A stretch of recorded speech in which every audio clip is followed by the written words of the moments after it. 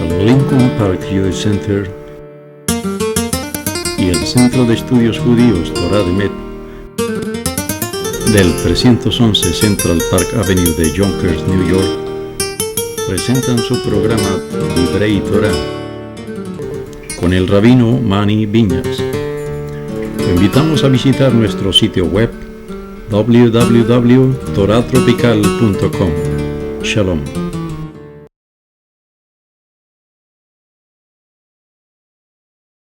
Ok, vamos. Saludos a todos. Bienvenidos a mi casa. Bienvenidos a mi casa virtualmente, como invitados a mi casa. Ellos pueden ver lo que está alrededor. Claro. Ahí tengo una colección de hamsas. Esa colección de hamsas se supone que protege la casa del ojo malo, del mal ojo. Y también el color azul también hace eso. Entonces imagínate, estamos en un lugar absolutamente protegido cabalísticamente. ¿Ya? Más protegido que el Fort Knox. Este es el Fort Knox. Ok. Entonces, el ¿de qué? Stock Exchange. El Stock Exchange, exacto. Yo podría ponerle el símbolo de Nuclear Fallout Shelter. Ok. Acabamos la semana pasada, estudiamos sobre Musaf. Terminamos la porción que tiene que ver con Musaf. Aprendimos que el Musaf se dice en Rosh Chodesh, durante Chol HaMoed, Shabbat y Yom Tov. Todos los días que la Torah requiere que se traía una ofrenda adicional. Esa ofrenda adicional se llamaba el Musaf, quiere decir una más adicional. Entonces los rabinos crearon una oración en lugar de la ofrenda de Musaf, y eso es parte de la oración de Shabbat.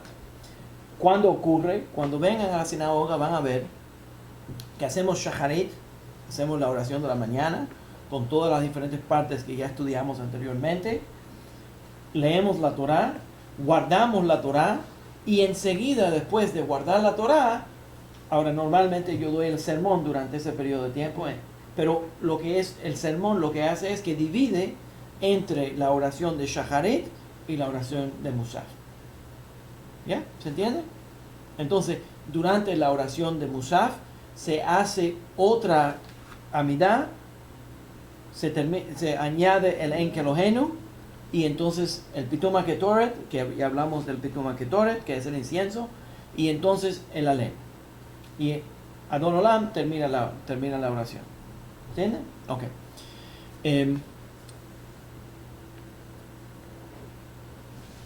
Nada más para mencionarlo, porque faltó en la última grabación, la Amidá de Musaf tiene 7 bendiciones. Normalmente la Amidá de Shacharit y todos los demás tiene 19 brajot. Cuando decimos entonces 3 bendiciones en el principio de la Amidá, esas son bendiciones que es para alabar a Hashem, para alabar a Dios. Las 3 del final son dar gracias, bendiciones de Jodá, de dar gracias. Y la que cae en el medio, que crea 7 oraciones, está dedicada a decir sobre la santidad del día. Entonces son 7 brajot, 7 bendiciones, que son partes de la amidad del Musaf. Y entonces después de eso decimos Enkelojenu. El Enkelojenu dice Amén Baruch Atah, y ahí se añade 12 más bendiciones. Eso termina el número 19, para que sea el mismo número de bendiciones que se hace durante el día, también se hace durante la ofrenda de Musaf. ¿Se entendió? ¿Más o menos? Ok. Hay un tema más que quiero mencionar, y eso lo vamos a hablar durante nuestra porción que vamos a estar estudiando hoy sobre Minjá, que es la ofrenda de la tarde. Minjá, que es la ofrenda de la tarde. Pero cuando mencionemos algunas porciones que se mencionan durante la Amidá, esto también aplica, y la razón que lo menciono ahora es porque me di cuenta que dejé afuera 2 porciones durante la Amidá que se menciona durante Minjá también, entonces vale mencionarlo ahora. Pero antes de eso, déjame explicar un poco sobre Minjá y la ofrenda de Minjá. Lo primero que quiero mencionar es, ya lo hablamos anteriormente y ahora no me acuerdo el número del video y la sección tampoco.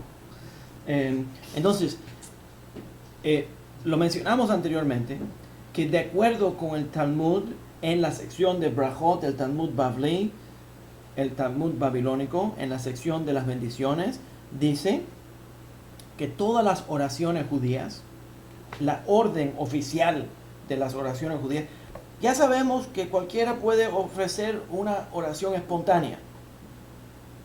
Eso no estamos hablando. Cuando estamos hablando es oración organizada. Las oraciones organizadas son 3 veces al día en la oración diaria.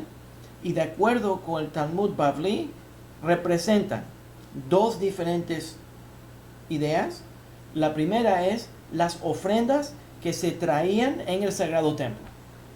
Y no solamente las ofrendas que se traen en el Sagrado Templo, pero se supone que se ofrezcan estas oraciones durante el tiempo que se traían, las horas del día que se traían esas oraciones. Entonces, por ejemplo, el Korban Tamid, que era el sacrificio que se hacía todos los días, el sacrificio diario, la ofrenda diaria, se hacía por la mañana, dentro de cierta cantidad de horas después que salía el sol. Entonces, Shacharit se tiene que hacer durante el periodo de tiempo que se traían las ofrendas en el templo. Entonces, y todavía esa halajá, todavía esa ley, está aplicando hoy en día. Si una persona es miembro, por ejemplo, del Lincoln Park Jewish Center, ellos van a la sinagoga y un Shabbat no puede venir. No puede venir, pues no se siente bien, cualquier problema que tenga, no puede ir. Se supone que uno haga sus oraciones en la casa durante la hora que la sinagoga estaría haciendo la oración. ¿Ok? ¿Tiene sentido? Entonces, yo normalmente soy parte de esa congregación y entonces al ofrecer las oraciones en mi casa, yo lo estoy haciendo al mismo tiempo que la sinagoga está haciendo la oración. Entonces uno trata de calcular más o menos el periodo de tiempo que la sinagoga estaría orando y uno trata de conectarse de esa forma. No tiene que ser nada más un espacio físico, ¿ya? Hoy en día todos nuestros estudiantes que están en línea lo entienden. Están en el Bet Midrash, bueno, en este momento están en la casa del rabino virtualmente, ¿no?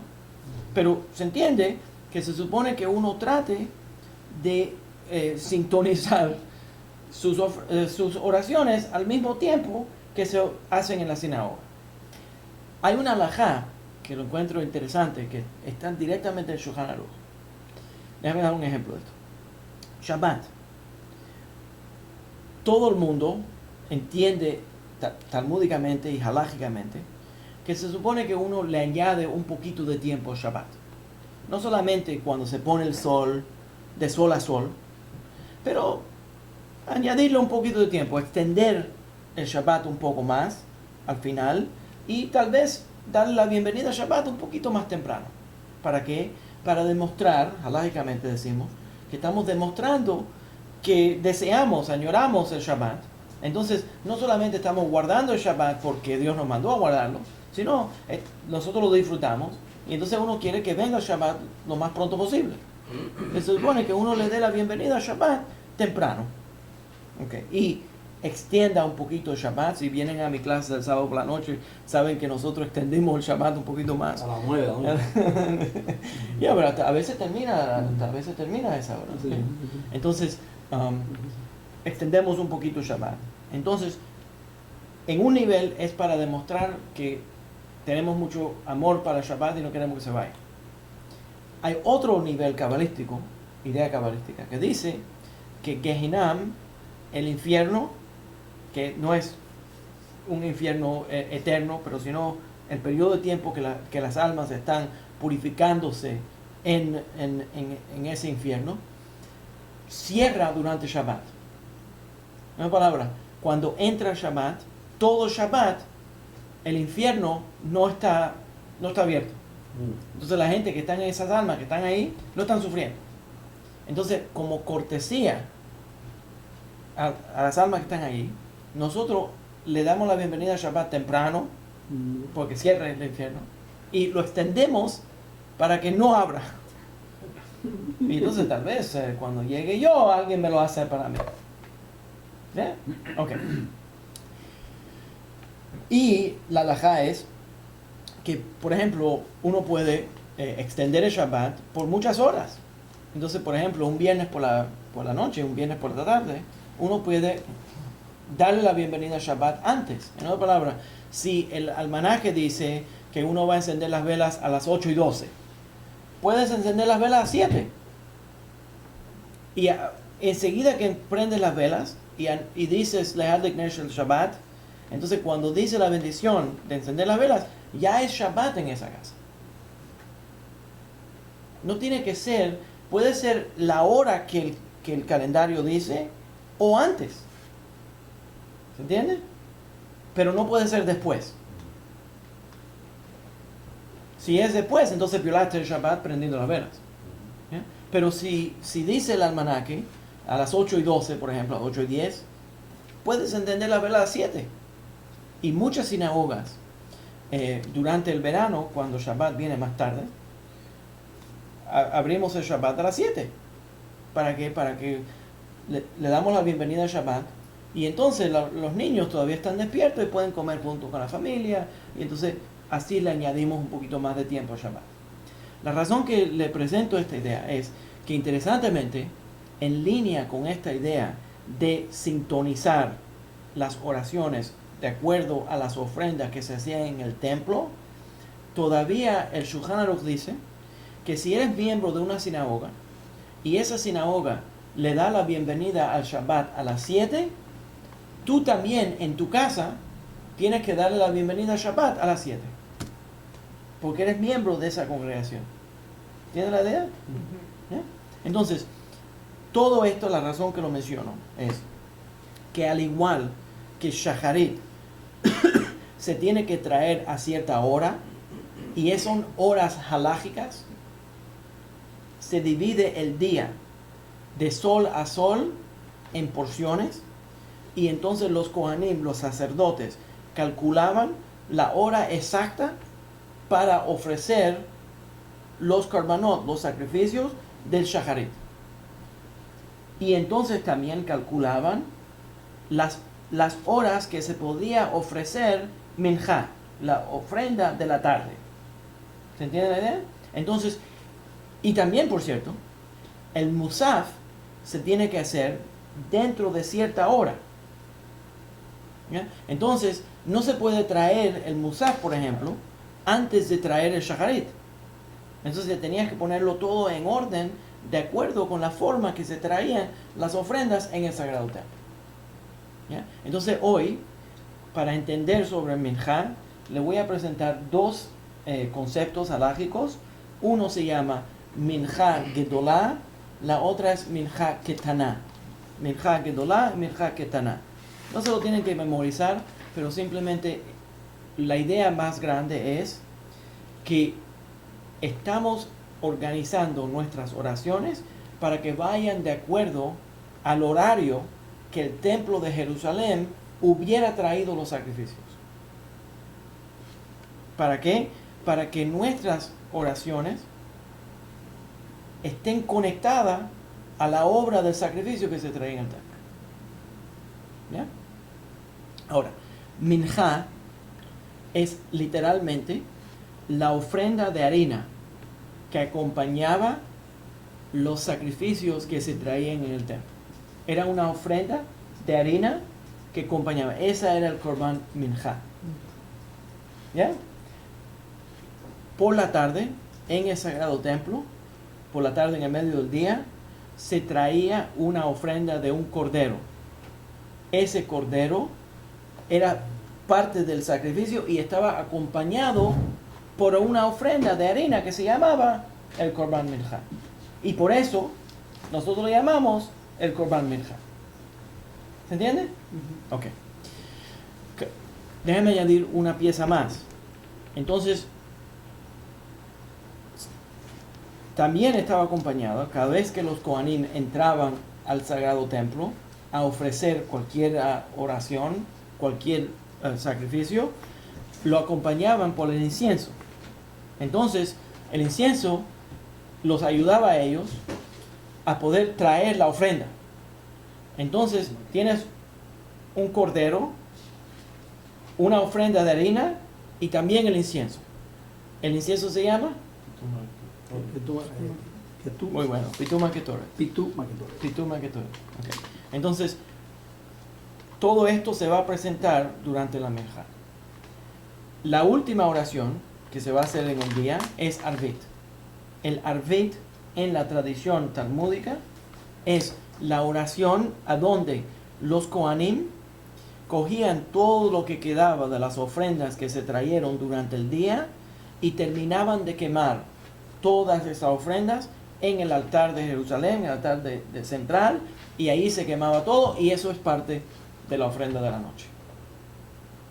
En otra clase vamos a estudiar sobre Arvit, sobre Ma'ariv, pero ahora vamos a concentrarnos en Minja. Entonces, esa es una opinión en el Talmud de la razón por la cual hacemos las oraciones 3 veces al día. ¿Se entiende? Ok. La otra razón que dice el Talmud es porque Abraham, y en cada una de estas secciones del Talmud, la sugya del Talmud trata de encontrar versículos a través de la Torah que van a comprobar todo esto. Entonces, recuerdan cuando Abraham fue mandado como una prueba, y esto es uno de los puntos más importantes en el judaísmo, en la teología judía, cuando Abraham fue probado y Hashem le dijo, trae a tu hijo como un sacrificio, pero no le dice, y le dice, tráelo a esta montaña y lo vas a matar y me lo vas a traer como un sacrificio, va a matar a su hijo. Entonces, la Torah no dice, le dice a Abraham, levántate a las 11 de la mañana, no dice a la hora que tiene que traerlo. Pero la Torah dice que Abraham se levantó temprano por la mañana a hacer esa ofrenda. Interesante, ¿no? Hay ese idioma, esa palabra que usa la Torah para que él se levantó temprano por la mañana, Vayashkan Baboker, que se levantó temprano por la mañana, se usa en 2 lugares en la Torah, por cierto. Uno es cuando Abraham se levanta temprano para hacer la voluntad de que Dios le mandó. La segunda es Bilam, el malvado profeta. Bilam de esta parasha. Se levanta temprano por la mañana a hacer mal. Entonces, hay 2 tipos de personas que se levantan temprano por la mañana. Uno se levanta temprano por la mañana a ayudar al mundo y otro a hacerle daño al mundo. ¿Ya? Pero se levantan temprano porque están dedicados a su trabajo. Entonces, de ahí entonces el Talmud dice que Abraham fue el que originó, pues está muy dedicado a eso, una persona seria. Abraham fue el que comenzó la oración de Shacharit. Y entonces, Yitzhak, el hijo de él, Isaac, sigue la tradición de Abraham, se levanta temprano por la mañana y hace las oraciones por la mañana, siguiendo el patrón de su papá, y le añade otra oración, y esa es por la tarde. Y la Torah dice, tengo el pasuk aquí, lo escribí, que dio Minja fue verdad. sí, está en Génesis capítulo 24, versículo 63. Isaac se levantó, salió al monte a conversar. De ahí entonces el Talmud dice que eso fue por la tarde. y que él paró lo que estaba haciendo durante el día y salió al monte a conversar con Dios, a orar con Dios. ¿Ya? Entonces, lo importante aquí es entonces que Abraham crea la oración de Shacharit, Yitzhak crea la oración de Minjá y Jacob crea la oración de Arbit. Right? Entonces, y cada uno de ellos acepta la tradición de su papá y la añade un poco. ¿Ya? Y entonces nosotros oramos, de acuerdo con el Talmud, las 3 veces al día, siguiendo el patrón de los patriarcas. Entonces hacemos Shacharit en memoria de lo que nos enseñó Abraham. Hacemos Minjá en memoria de lo que nos enseñó Yitzhak. Y Shacharit Abraham, Minjá Yitzhak y Arbit Jacob. ¿Ya? Ok. Minjá Gedolá y Minjá Ketaná. Esto es para calcular. Ahora, cualquiera que está aprendiendo por primera vez el Talmud, a donde siempre empieza la gente es por la Gemara en Brajot. Y la Gemara en Brajot, y lo encuentro muy interesante, porque parece que la gente tiene mucho acceso a comentarios por el internet, por la red, a la Gemara, al Talmud en Brajot, y constantemente la gente me manda preguntas, ¿a qué hora? ¿Cómo se calcula de acuerdo con el Talmud la hora de oración? ¿Ya? La verdad, hoy en día nadie lo calcula de esa manera. Hoy en día la gente simplemente mira el almanaque y ahí calcula la hora. No tiene que calcular nada, la hora ya está ahí en el almanaque. Pero le voy a enseñar cómo se hacía en ese tiempo, porque el Talmud entra a mucho lujo y detalle de cómo calcular las horas. Y la razón que yo lo considero importante es porque toda esta idea se está conectando a la idea de que nuestras oraciones se hacen en lugar de las ofrendas que se traían en el templo. ¿Me entienden la idea? Ok. So, Minjá Gedolá empieza de mediodía halágico, no mediodía las 12 de la tarde. ¿Ya? Como expliqué anteriormente, lo que los Kohanim hacían eran que calculaban de acuerdo con el cambio por el verano, etc. Hacían cuántas horas va a salir el sol, dividían esas horas, entonces calculaban el medio del día, dependiendo de esas horas. ¿Ya? Entonces no es como reloj, sino es de acuerdo con las horas que va a haber sol a sol. ¿Ya? Ok. Entonces, dividían de ahí a 2 horas y medias antes de que se pone el sol. Eso se llama Minjá Gedolá. Minjá Ketaná es 2 horas y medias antes de que se ponga el sol. Entonces, de mediodía a 2 horas y medias de que se ponga el sol, eso es Minjá Gedolá. Minjá Ketaná viene después, que es 2 horas y media antes de que se ponga el sol. Eso se llama Shkia. ¿Ok? Halágicamente, uno puede hacer Minjá durante Minjá Gedolá. Está bien. Pero sería mejor esperar hasta que está atardeciendo el día. Sería mejor hacerlo en ese periodo de tiempo, porque entonces ya está terminando el día. Pero todavía se puede hacer durante Minjá Gedolá. Déjame darle una aplicación específica. En la sinagoga de nosotros, Shabbat, hacemos Shacharit, hacemos Musaf, tenemos entonces el Kiddush. Y entonces les digo a la gente, quédense porque vamos a hacer Minjá. Ahora, ¿por qué lo hacemos? Porque lo que pasa es que la gente se va a la casa y no regresan para Minjá, entonces no tengo minyan. Pero me gustaría mejor esperar hasta el final del día, hacer Minjá, que la gente regrese, tener un minyan, y entonces hacer el Minjá durante Minjá Ketaná sería mejor. Pero cuando sabemos ya que la gente no va a regresar, entonces podemos optar por hacer el Minjá Gedolá. ¿Se entiende la idea? Me ocurrió también en Filadelfia, cuando estuve visitando la sinagoga española portuguesa de Filadelfia. Deberíamos llamarlo la esnoga, como dicen en latín. Es nómada. Entonces, el rabino Gabay, preguntó durante el Kiddush, preguntó, ¿cuántos van a regresar para Minjá? Contó 7 y dice, no, tenemos que hacer Minjá ahora. Pero hubiéramos preferido hacer Minjá más tarde. Pero nada más habían 7 que iban a regresar. ¿Ya? Lo importante de todo esto es que las horas que estamos tratando de calcular no es porque la religión judía es una cosa loca con el tiempo.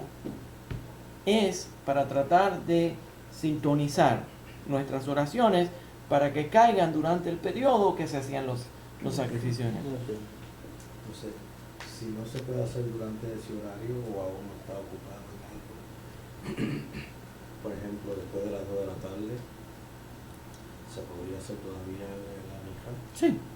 Sí. Lo que la mayor parte de las comunidades hacen es que hacen, por ejemplo, a las 7 de la tarde, hacen minjá, todo el minyan se reúne para minjá, esperan un rato y entonces hacen arbit. Mi pregunta es en lo personal, cuando uno está en la casa. Yeah. Durante el día, durante cualquier tiempo durante la tarde. ¿Ya? Les quiero mencionar que yo conocí a un fotógrafo que, recuerden que cuando uno tiene que hacer Kaddish, el luto por un padre o madre, tiene que decir Kaddish 3 veces al día. Entonces este hombre no era religioso, no era observante, era fotógrafo, y se le murió un miembro de la familia, no me acuerdo cuál, y tenía que decir Kaddish. Y él normalmente no hacía nada, no oraba, pero como estaba de luto, quería hacerlo. Entonces se compró un libro que se llama el Manhattan Mincha Map, el mapa de Mincha de Manhattan, de la isla de Manhattan. Un libro súper interesante. Es una colección que te dice por hora a dónde la gente se están reuniendo para orar minjá con un minyan. Entonces, es un mapa y te dice todos los diferentes lugares. Entonces, él empezó a ir, porque él trabajaba en Manhattan, empezó a ir a diferentes minyanim, diferentes grupos que se estaban reuniendo, y me dijo que se emocionó, porque es increíble. Trabajando en una oficina, en un edificio enorme en Manhattan, la gente se reúne en ciertas oficinas para orar minjá juntos y tener un minyan. Entonces, todo el mundo en el edificio pone un letrero y todo el mundo en el edificio sabe que van a hacer minjá a las 2 de la tarde en tal lugar. Y uno nunca sabe cuáles van a llegar. Entonces me dijo, una vez fue a un edificio, ¿ya? Y era en el sótano del edificio, en el copy room, en el sótano del edificio, el mail room. Ahí se estaban reuniendo, donde tienen toda la correspondencia. Y llega ahí a las 2. Y el único que está ahí es un tipo, el de UPS. Entonces, bueno, tal vez estoy mal. El hombre del UPS le dice, ¿tú estás aquí para el minyan? Le dice, sí, yo también. Entonces, estaban esperando. Llegan Hasidim, llegan judíos negros, llegan de todo. Un minyan entero de gente durante el medio del día que paran de trabajar, paran lo que están haciendo y bajan un momento a hacer minjá. Qué interesante, qué forma más diferente de pensar. Entonces, muy hermoso. Entonces se le ocurrió, empezó a llevar la cámara y hizo una exposición de cada minyan. Y es súper emocionante. Es súper emocionante. Hombres de poder, de negocio, banqueros y trabajadores comunes, plomeros y el delivery guy de UPS, gente en sus uniformes, plomeros, electricistas, junto con banqueros y hombres de alto dominio haciendo minjá. Ahora que usted trae ese comentario, ¿se acuerda que el señor que vino a hacer el delivery? ¿Te acuerdas? Fue muy bonito. Un día salimos, creo que un domingo, ¿no? Ajá. un día salimos del minyan y había un hombre que tenía un camión, venía a hacer un delivery, vio que teníamos un minyan, salió del camión, entró vestido como camionero, un tipo de delivery, se puso los tefilín, hizo las oraciones y entonces cuando salimos se montó en el camión y se fue a hacer el resto de su trabajo. Entonces, Minjá es una oración muy especial. Minjá es una oración en el medio del día. Mucha gente tiene tiempo para Dios cuando no están trabajando. Entonces lo hace por la mañana y lo hace por la noche. Pero parar en el medio del día para orar cambia el día completamente. ¿Me entienden? También hay minyanim aquí en Yonkers. Hay un grupo, hay unos edificios que Executive Boulevard, a donde tienen allí muchísimos judíos que van allí a trabajar y tienen un minyan todos los días a la 1 de la tarde. Hay una compañía que trabaja en seguridad de computadoras y yo voy allí a veces y participo en el minyan. ¿Ya? Es un grupo muy bonito. ¿Ya? Okay.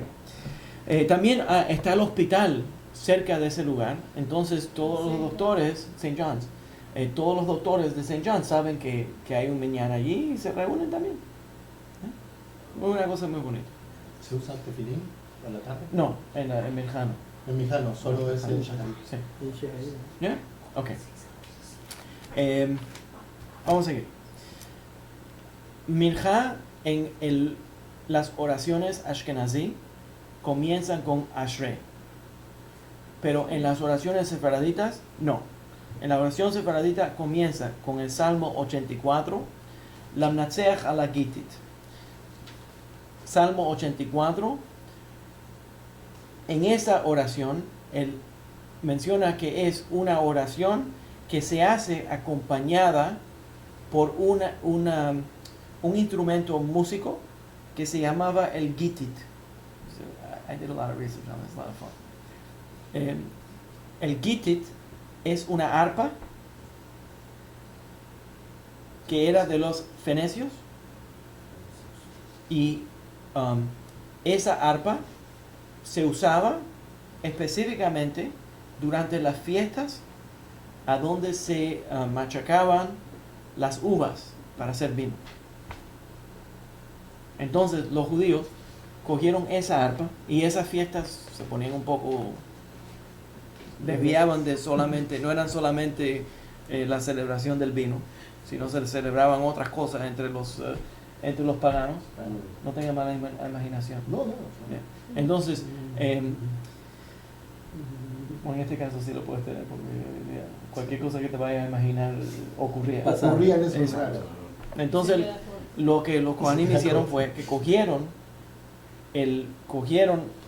ese instrumento y lo usaron en el Sagrado Templo. Y en 55 diferentes salmos. Esos salmos son acompañados al sonido de la arpa de la Gitit. ¿Ya? Ok. Entonces decimos el Salmo 84 y entonces la ofrenda diaria, el Vaidaber Hashem el Moshe Lemor, Tzaveh Bnei Israel, toda la sección del libro de Números, capítulo 28, a donde está la ofrenda del Korban Tamid. Y entonces hay una frase que cambia y dice: Atahu, tú eres al que nosotros le traíamos la ofrenda del incienso, del Pitum HaKetoret. Eres el mismo Dios que nuestros antepasados oraban trayendo los sacrificios y trayendo las ofrendas del incienso, y nosotros estamos dirigiendo nuestras oraciones a ti. Claro, hoy en día no podemos traer esas ofrendas porque no tenemos el Sagrado Templo, pero es el mismo Dios. Lo estamos haciendo en una forma diferente, orando, pero estamos dirigiéndonos al mismo Dios. La razón que lo menciono es que es importante entender: el judaísmo no es una religión que solamente, una idea que solamente dice, bueno, yo voy a hacer lo que mis padres hacían. Si no, uno nunca puede decir, al igual que yo soy el mismo nivel de religiosidad que mis padres. Uno debería de decir, yo aprendí de mis padres y yo le voy a añadir mi propia experiencia también. No es suficiente decir que como mis padres tenían una relación con Dios, yo me voy a beneficiar de la relación que ellos tenían. Yo tengo que crear mi propia relación con Dios y añadirle. Entonces, por eso que lo mencioné, porque recuerda Abraham, entonces Yitzhak y entonces Jacob. Y usted también mencionó algo, tocando un poco el tema de los anusim, que cuando uno vuelve, no solo retornar, sino también aportar. Usted me había dicho. Muy bien, no había hecho la conexión, pero exactamente. Otra gente, otra gente dice, bueno, mis padres no hacían eso, mis padres no eran religiosos, entonces yo no voy a ser religioso. Eso es ridículo. Eso es ridículo. Porque tu papá no guardaba Shabbat, tú no vas a guardar Shabbat. Si quieres, si vas a, debería de mejorar la situación. O sea que, interesante. Déjame dar un ejemplo de esto. En una clase que yo estaba dando en City College, estábamos estudiando, yo doy una clase que se llama Literatura Sefaradita Moderna. ¿Bien? Entonces, en uno de los libros que estábamos estudiando, es una historia sobre el Holocausto, específicamente reportando lo que ocurrió en el gueto de Varsovia. El presidente del gueto es Primo Levi, el escritor que está escribiendo sobre esto. Primo Levi era un judío italiano sefaradita que sobrevivió a los campos de concentración y escribió mucho sobre sus experiencias en los campos de concentración durante el Holocausto. Entonces, lo que está escribiendo habla de una moneda que se imprimió, se hizo durante en el gueto de Varsovia, y el presidente del gueto de Varsovia puso su cara y era un colaborador con los alemanes. Y los jóvenes que estaban leyendo, yo les asigno que lean esa novela, y estábamos discutiendo sobre la novela. Y uno de los jóvenes me dijo algo que me molestó, profundamente me molestó. Y desafortunadamente lo dijo en voz alta, y el resto del semestre se fue dedicado a ese comentario que me hizo ese muchacho. Porque decidí que si no van a aprender más nada, tienen que aprender esto. ¿Qué es lo que me dice? Bueno, ¿quién soy yo para juzgar al presidente del gueto de Varsovia? Como yo no sufrí esa situación, yo no soy capaz de juzgarlo. Tiene cierto sentido, ¿verdad? Porque nosotros no estábamos en esa situación. Pero el problema con eso es que es el deber de cada generación juzgar a la generación anterior. ¿O escuchan bien lo que les voy a decir? Si nosotros decidimos que todo lo que ocurrió anterior es exactamente correcto, el mundo no mejora. Hay dos psukim, hay muchos psukim que se contradicen. Por cierto,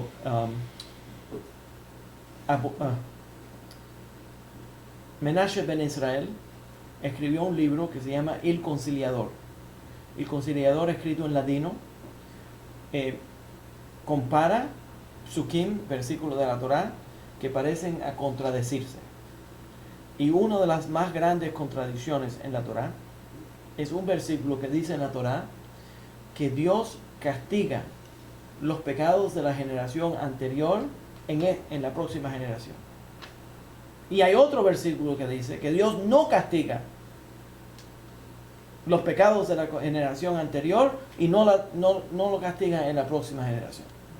Entonces dice el conciliador, ¿cuál es? Y la forma que él responde es que es el deber de cada generación decidir si esto que ocurrió antes de mí estaba correcto y si deberíamos de continuarlo. Entonces, la persona se supone que analice la generación anterior y decidir, yo puedo hacer cambios Y esos cambios deberían de ser para perfeccionarme, para mejorar la situación. ¿Me estás entendiendo?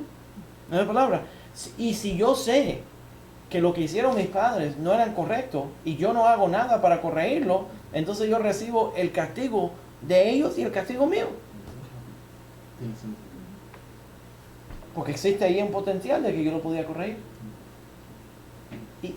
Y la razón que hablé tanto sobre esto es porque ese es el deber de cada generación. Si cada generación no analiza la situación y la mejora, entonces el mundo no cambia. ¿Sí? Y eso siempre fue una de las cosas que a mí me molestó cuando yo estaba en la yeshiva. Porque yo tenía muchos rabinos que me contaban sobre las glorias, los tzadikim, los justos, que vivían en Europa. Y todas las cosas buenas que hicieron. Y la pregunta mía es, ok, si ellos eran tan perfectos, ¿por qué no vino Mashiach? y la respuesta verdadera es que la razón que no vino Mashiach es porque no fueron tan perfectos. Y la única forma de perfeccionar y causar que venga el Mashiach es que nosotros nos perfeccionemos. ¿Me entiendes? Ok. Anyways, eso fue un viajecito en otro camino. Pero usted me está entendiendo. Aunque no digas que todo tiempo pasado fue mejor. ¿Ya? Es importante. Hay que mejorar la situación. ¿Ya? Ok. Seguimos. Es el mismo Dios, la misma ofrenda. Lo que estamos haciendo entonces ahora es tú eres el Dios al que nuestros padres quemaban el incienso. Nosotros estamos dirigiendo nuestras oraciones a ti.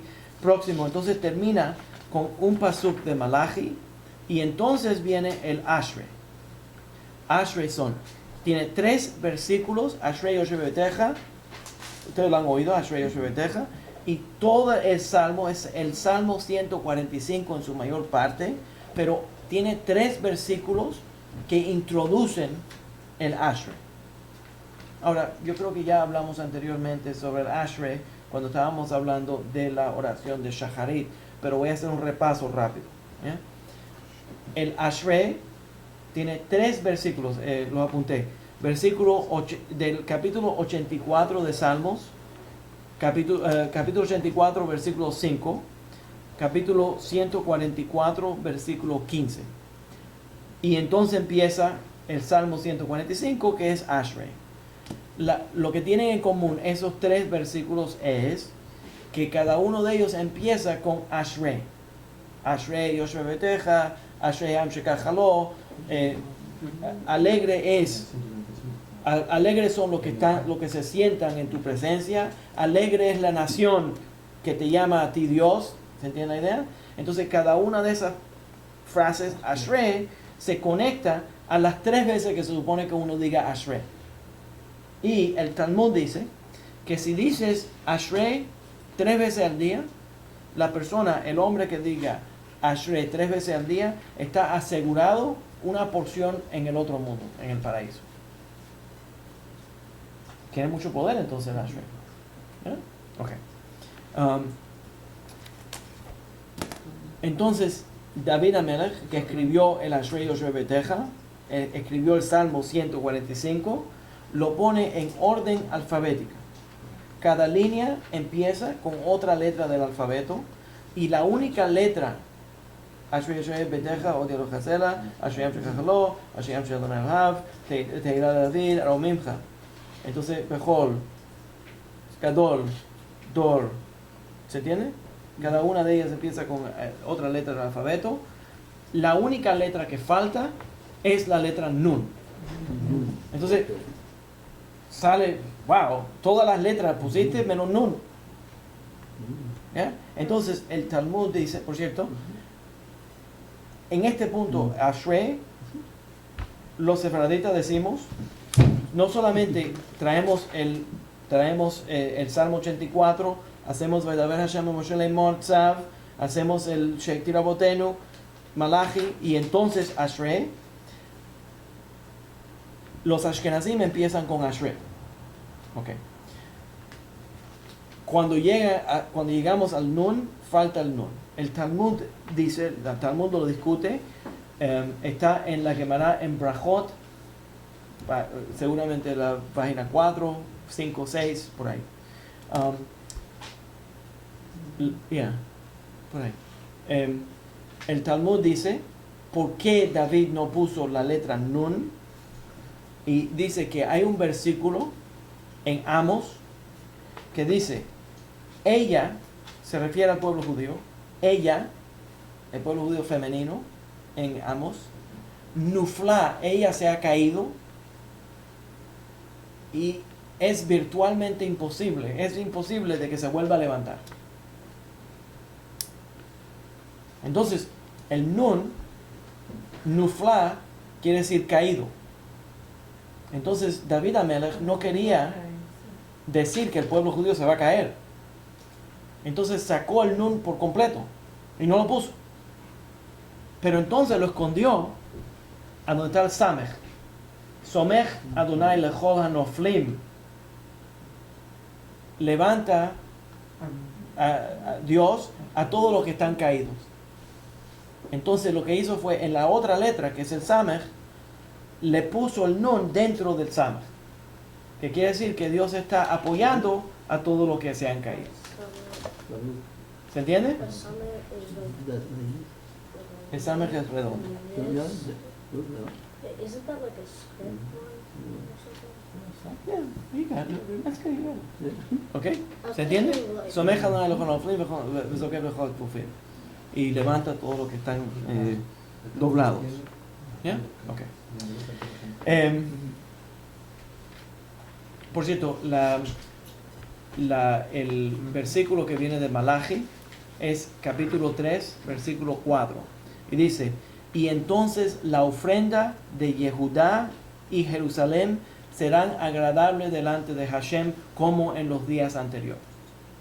Pero cuando dice la ofrenda, en lugar de decir el Korban, dice Minjá. Y como dice Minjá, entonces lo que decimos es que esta ofrenda, esta oración que estamos ofreciendo, sea agradable delante de Hashem. Ese es Malachi, capítulo 3, versículo 4. ¿Ok? Siguiendo, después de eso, se hace entonces Hatzi Kadish, el medio Kadish, se hace Tajanun. El Tajanun es el vidui, que hablamos anteriormente del vidui, la confesión, expresión de arrepentimiento por los pecados. Entonces se hace un Kadish completo, que es el Kadish Le'elah, y entonces se hace en el rito separadita, se hace el Salmo 67 o el 93, y entonces después de ese salmo se dice un Kadish Yatom, los que están de luto. Esto es nada más en la oración separadita. Los que están de luto dicen un Kadish en ese punto, y entonces se hace la Amidah. Perdóname. Se hace la Amidah primero y entonces el Tajanun, perdón. ¿Cuál era el Salmo del 63? 67 y 93. La mirada se So, hace después sí. del medio Caribe. Sí, la Amidah, perdón. Entonces, Y entonces el si, Tajanun. entonces si una persona no está de luto, no debe Amidah. decir El Kadish no. No, Ya. ninguno. Ninguno. Ok. Se dice la Amidah y entonces se dice el Tajanun. Pero si, digamos, si un conocido o una amistad falleció, o si una amistad mía tiene una persona que falleció, yo lo puedo decir en referencia a esa persona. Sí, es interesante. El Shulchan Aruch habla mucho sobre esto. Déjame mencionarte dos partes para responder a lo que me estás preguntando. Una parte es, déjame tomar un paso atrás. No se supone que uno diga Kadish, a menos que los padres de uno, que un padre de uno se haya muerto. Después que uno ha hecho luto por su madre o padre, o por los dos, entonces uno puede decir Kadish por cualquier persona que uno quiera. Los Ashkenazim acostumbran que si quieres decir Kadish por alguien, porque quieres expresar luto, entonces se supone, y tus padres están vivos, entonces se supone que uno le pida permiso a sus padres para poder decir Kadish. para esa persona, para que no se malentienda de que estás diciendo Kadish deseándole que ellos se mueran. ¿Cómo se le pide permiso? Si digamos, por ejemplo... Te preguntas, ¿te molestaría si yo digo Kadish por esa persona? Eso es lo que ellos hacen. Otros dicen, no, puede decir Kadish. Y otros dicen, nunca debería decir Kadish porque no quieres darle el mal ojo a la familia. No va a decir, yo voy a decir Kadish antes de que se mueran mis padres. Hatsu Shalom. Y si es una luz que ha retornado a un bar, Shuvah, pero sus padres no retornaron, ¿cómo entonces se manejaría eso? No, entonces verdaderamente puede decirle, puede hacer Kadish lo que él quiera. Puede hacer lo que quiera. Pero si él hizo, por ejemplo, si él hizo Giur, si hizo conversión, eso es interesante. Eso entra a otro tema que no puedo entrar con mucho lujo de detalle, pero se complica la situación. Una persona que se convierte, por ejemplo, al judaísmo, que sus padres no son judíos, cuando los padres mueren, si la pregunta es que si debería ser un luto, completamente luto judío, o no debería ser luto. ¿Eh? Y la gente analfabeta, los ignorantes, le dicen a los que no hagan luto. Pero están mal. Y la razón es porque el Bet Yosef dice que el luto no es expresión de luto por el muerto, sino es expresión de luto por el vivo. En otras palabras, no es que mis padres son judíos y yo voy a hacer luto porque mis padres son judíos, es porque yo voy a estar luto judío porque yo soy judío. ¿Me entiendes? Entonces yo voy a expresar mi luto siendo judío. Me ocurrió, por cierto, hay una persona, una mujer que es miembro de la congregación, que hace siglos, pero no estoy jugando, pero hace muchos años se convirtió al judaísmo y son miembros de otra congregación en Scarsdale. Tienen de cierta comodidad. Y entonces fueron, cuando el padre murió, que el padre no es judío, ella fue al rabino y le dijo, no sé qué hacer. Debería de yo hacer luto. Luto, cuando estamos hablando de luto, estamos hablando de luto formal, de expresión judía, de sentarse en el piso y hacer el Kadish, y tiene muchos diferentes costumbres. Entonces, ¿debería de yo hacer Shiva o no debería de hacer Shiva? Entonces el rabino le dijo, no sé qué hacer, porque dice, normalmente yo no tengo asuntos con convertidos, pero llama a Viña y pregúntame. No, porque tiene experiencia con él. Yo tengo experiencia con convertidos, un poquito, y he hecho 2 o 3 conversiones.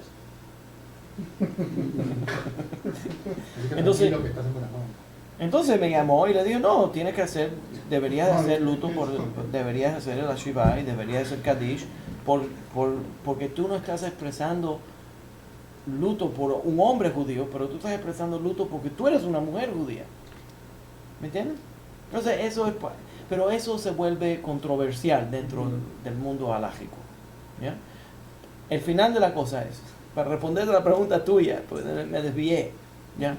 Para responderte a la pregunta tuya es que normalmente la gente nada más dicen Kadish por alguien directamente de la familia, padre o madre, y después que padre y madre ya han descansado, entonces puede decir Kadish por cualquiera. Pero tu pregunta se refiere a otro punto, a otra idea que es más profunda. Y eso es que en el Talmud y en muchos de los códigos de Halajá menciona algo que normalmente no se ve hoy en día, pero creo que emocionalmente has entendido esta idea. Y me causa, tu pregunta, me recuerda de estas situaciones. El Talmud dice que, por ejemplo, déjame decirlo de esta forma. En la familia, hay alguien que no es directamente miembro de la familia, pero ya se volvió como miembro de la familia. O un yerno, ¿ya? Muere suegro. Él no tiene que hacer Shiva por su suegro. Normalmente nada más lo hace por su padre. Pero tal vez se siente él tan conectado a su suegro que quiere hacer Shiva formal por su suegro. Entonces el Talmud dice que había un periodo de tiempo a donde si alguien estaba haciendo luto y tú estabas tan conectado a la persona que estaba haciendo luto, tú también lo acompañabas en luto. Esa es la razón por la cual pregunto. Sí. Sí. Porque he estado... Emocionalmente. Sí. Sí. Porque he estado Ajá. en situaciones donde no conocía directamente a la persona, pero conozco a la persona a la que tuvo la pérdida. Sí. Entonces, ahí es donde ya no sabría. Sí. ¿Correcto? ¿No? Entonces sí, hay dentro de la halajá, dentro de la ley, hay espacio para decir que sí. Si emocionalmente esa persona se siente tan conectada o al que está haciendo el luto o al que murió, al difunto, a veces no es que conoces al difunto, No. a veces es que conoces al que está haciendo luto y Ujú. te duele tanto el luto de ellos que tú también estás de luto. Entonces la halajá también reconoce eso. Pero hoy en día mucha gente no llega a ese nivel. ¿Sabes qué? También había otra práctica que el Talmud menciona, que hoy en día ya no se hace. Pero la gente se amarraba en la cabeza.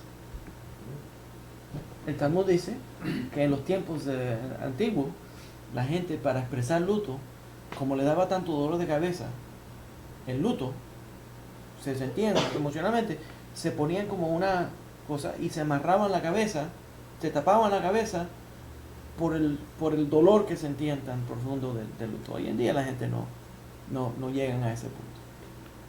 Pero ustedes saben que en los tiempos antiguos la gente quería tirarse arriba, pues se emocionaba mucho. Yo creía o había escuchado que la razón por la cual se decía el Kaddish cuando hay una persona fallece por 7 días es para que su alma encuentre el camino a Hashem o algo similar, no me recuerdo exactamente, pero entonces decían, o escuché o me dijeron que esa era la razón por la cual se decía Kaddish. Okay. Esa pregunta es muy seductiva. Me encantaría entrar a ese área, pero no puedo. Porque si respondo ahora, pero vamos a hacer una nota y yo voy a regresar al tema. Pero yo creo que hablamos extensivamente sobre el Kaddish y hay una grabación. Hay un video, sí. Hay un video que habla sobre el Kaddish. Tú sabes el número. Pero está ahí en la colección. Déjame seguir. ¿Podemos seguir? Ok. Pero que no tiene números. Sí. Está en el mismo video sobre Sukkot. Ok. Tenemos que numerar los videos. Sí. Vamos a Y poner- tener una lista. y tener una lista de eso. Y Ok, vamos a seguir. Entonces, para corregir, que me ayudó mi amigo aquí, hasta a mí nunca se me olvida el nombre de él, no me acuerdo. José Morán. Una estrella No, para Sí, una estrella para Argentina. Entonces, me dice, lo que fallé antes de mencionar el Tajanún, viene la Amidá.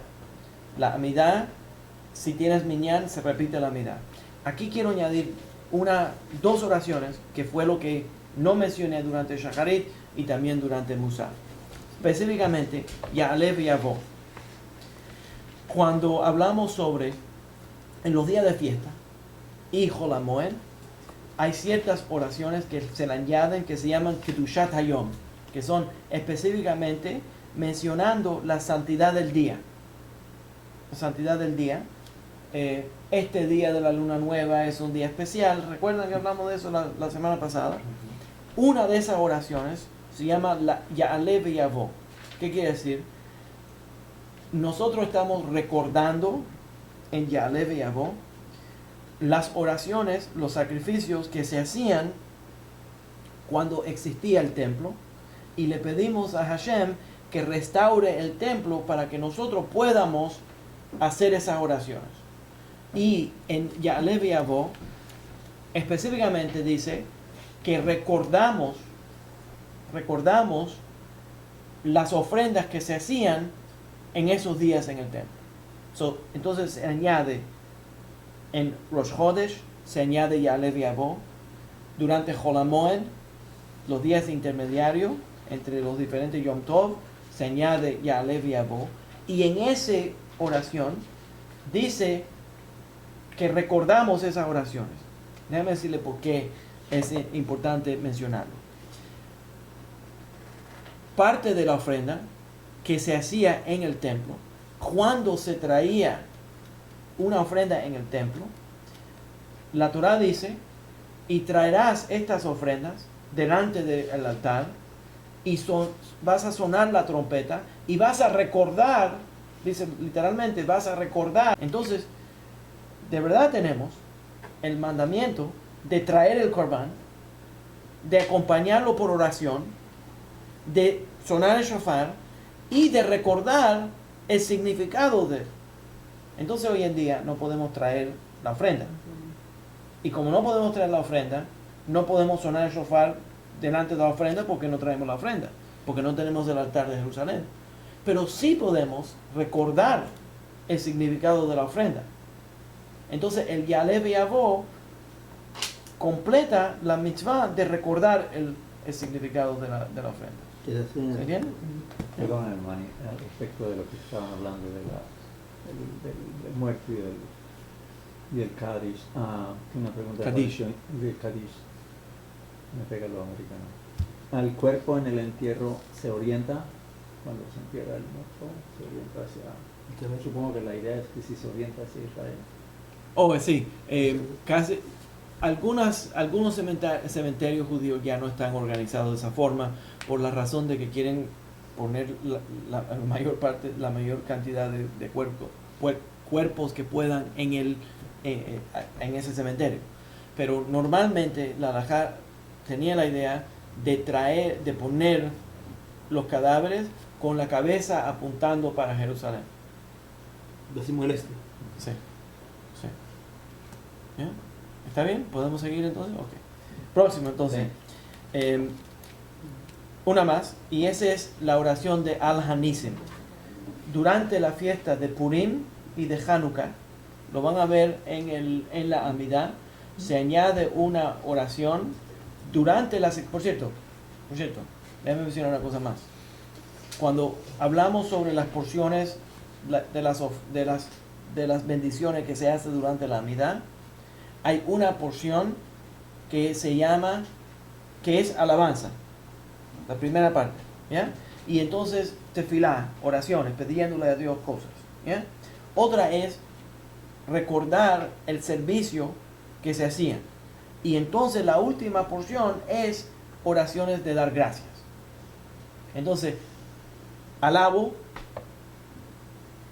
eres un Dios muy agradable, te digo cosas bonitas, entiendo, porque no es para halagarlo a él, sino es para yo motivarme de que Dios tiene este poder. Próximo, entonces, igual que mis padres, mis antepasados te adoraban, entonces ahora yo voy a pedirte, y entonces recordatorios de todas las ofrendas que se hacían en el templo, y ahí viene el Ya'aleh v'Yavo, y entonces la última porción es dar gracias por las bendiciones que me das. Entonces, si entiendes esta psicología, le pedí a Dios que me dé algo, y yo tengo tanta fe que Él me lo va a dar, que ya le di las gracias. Porque yo sé, yo puedo confiar en Él.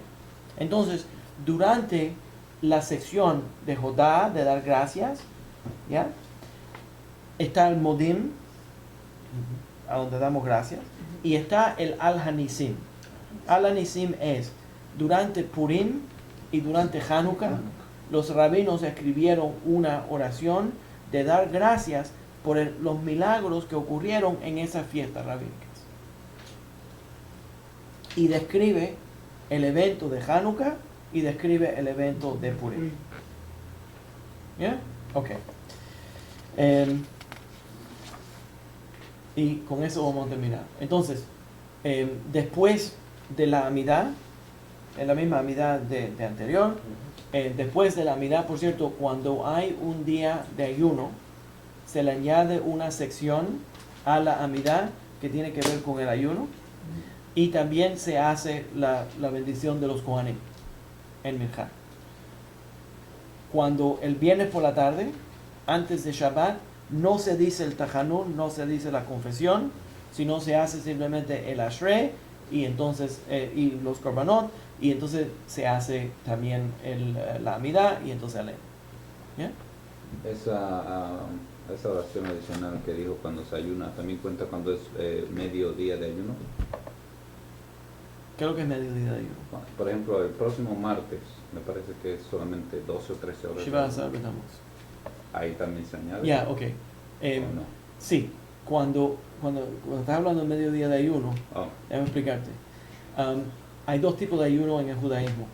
Uno es un ayuno que va de noche, cuando se pone el sol, a noche. ujú, Por ejemplo, Kippur y Tisha B'Av. Esos son los 2 días. Los otros ayunos son desde que sale el sol hasta que se pone el sol, durante el día. Ya, yo sé. Es simplemente para aclarar. ok. Ya. Entonces sí, si es un día de ayuno que es de sol a sol, cuando sale el sol a que se ponga el sol, también se dice esa oración. Y también si es un día de ayuno a donde es cuando se pone el sol hasta que se pone el sol, ¿entiendes? Ujú. 24 horas. Entonces durante ese ayuno de 24 horas también se dice el anhelo. ¿Ya? Una cosa más que quiero mencionar, lo tengo que mencionar porque la gente me escriben y lo encuentro interesante. Cuando nosotros hablamos de ayuno, estamos hablando de no comer y no beber. Y nunca se me hubiera ocurrido, pero la gente me escribieron, hicieron un ayuno, pero tomaron jugos y tomaron café y ¿qué tipo de ayuno es ese? ¿Ya? Eso no es un ayuno. En términos halágicos, cuando nosotros hablamos de un ayuno, estamos hablando de no comer y no beber. ¿Ya? En el cristianismo se usa mucho, en la ocasión se usa mucho el ayuno de Daniel. ¿Qué es eso? Eso es lo que yo quisiera saber. Yo no sé lo que es. El tiempo que él estuvo solamente comiendo legumbres, cuando decidió no contaminarse con la comida del rey, Ujú. ¿eso fue un ayuno o qué? No, eso no es un ayuno. Eso es simplemente tratando de guardar kashrut. En un lugar donde no hay kashrut. Así lo enseñan. Sí. A mí, yo Ya, ya. nunca pude Interesante. entenderlo bien, pero sí, hasta en la emisora sacaban 21 días, los 21 días que él estuvo comiendo legumbres. Ya. Y, bueno, ellos le llaman el ayuno de Daniel. Ya. No, nosotros no tenemos esa idea. Pero interesante que menciones a Daniel, porque en el libro de Daniel menciona que él hizo oraciones 3 veces al día. Entonces nada más lo menciona, lo dejé afuera porque... Y por mirando hacia conveniencia. Jerusalén. Sí. Entonces el ayuno hebreo, el ayuno judío es no comer y no beber, o durante el día, en ciertos ta'anit, es durante el día, cuando sale el sol, a que se pone el sol, y en otras ocasiones es desde que se pone el sol hasta que se pone el sol. Nada más Tisha B'Av y Kippur son desde que se pone el sol hasta que Sí, se sí. pone el sol. Ya, 24 horas. No me acuerdo ninguno. ¿Ah? Son 25 horas. I rounded it off. para hacerlo más débil. ¿Ya? ¿Queda alguna pregunta ahí? ¿Qué hora es? Rabino, en el Asre he observado que en la letra P, Poteach el Yadeja, en las sinagogas en Asia la gente se tocaba los tefilín, pero en la sinagoga de Madrid no lo hacen. No lo hace todo el mundo, porque la costumbre. Los Ashkenazim dicen que uno debería de tocar los tefilín porque representan abrir las manos. Los sefaraditas, la costumbre que nosotros hacemos, y está por cierto, de verdad, no es broma, yo me acuerdo cuando hicimos la oración cuando hicimos la sección de Shacharit, hablamos sobre Ashrei y la costumbre de abrir las manos. Poteach y deja un corazón quiere decir que Dios abre sus manos para darle bendición a todos los seres vivientes, y nosotros abrimos las manos para decirle que estamos preparados para recibir la bendición que Él nos da. ¿Ya?